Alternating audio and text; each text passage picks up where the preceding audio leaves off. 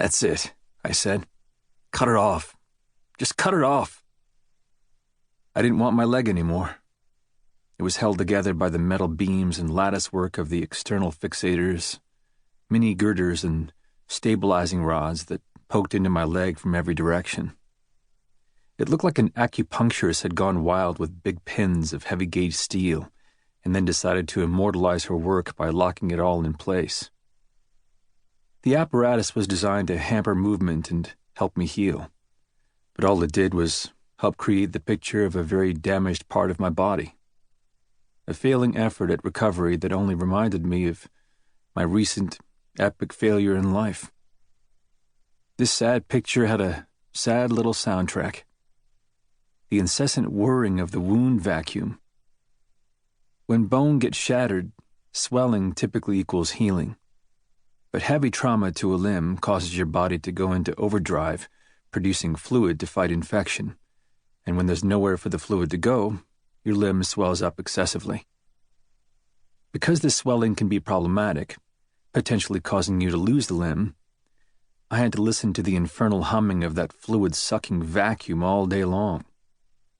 The constant noise didn't stop me from frequently asking, "Hey, is this thing still working or what?" Because my leg would get so swollen that the skin couldn't be brought together, and the tracts of reddish second skin used to fill the gaps would often appear to be on the verge of bursting their flesh seams. At one point, they had to cut a 12-inch gash in my shin to relieve pressure from all the swelling. It hurt. The whole scenario looked hopeless, and I concluded that it would be better to just remove the limb rather than waste more time and effort trying to save it. And that's why I started casually mentioning to the staff at the Bethesda Naval Medical Center that I'd made my decision. I wanted it amputated. Potato chips and lollipops. 1 week earlier. It was July 2009. We'd been told that the deserter's name was Sergeant Bowe Bergdahl. He'd walked off his base in Afghanistan, gone into a nearby town, asked some people if they spoke English, and gotten himself captured. Now, Al-Qaida and Taliban militants were attempting to smuggle him to a part of the world where Americans couldn't go after him. My unit was tasked with getting him back before that happened. At the very first briefing on the Bergdahl matter, I remember telling one of the guys in my crew, "Somebody's going to get hurt or killed trying to rescue this kid." As it turned out, I was one of those somebodies.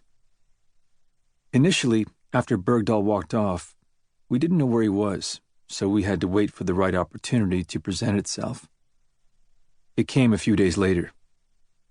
We were in our compound within a larger base, preparing for an entirely separate mission. When we operate, it's always an away game. We go to the enemy's neighborhood. To compensate, we like to have certain atmospheric conditions that are helpful. For starters, we work using the cycle of darkness, capitalizing on the sensory deprivation of nighttime as our functioning environment. This night, the target that we'd initially been tasked with, not Bergdahl, was beginning to rapidly lose fidelity due to unfavorable environmental conditions, and due to the fact that it was already late and we hadn't taken off yet. We were losing time. On top of that, the target was in a rather populated area.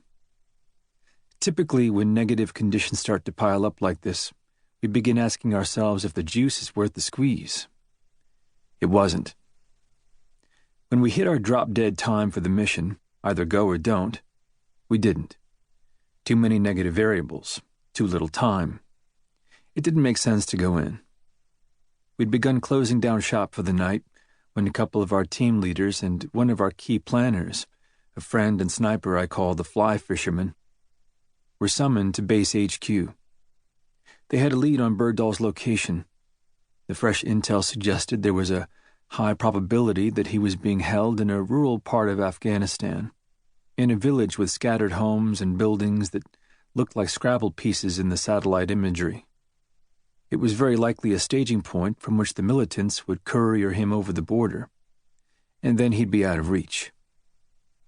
It was actionable information, but it came with some pretty big red flags.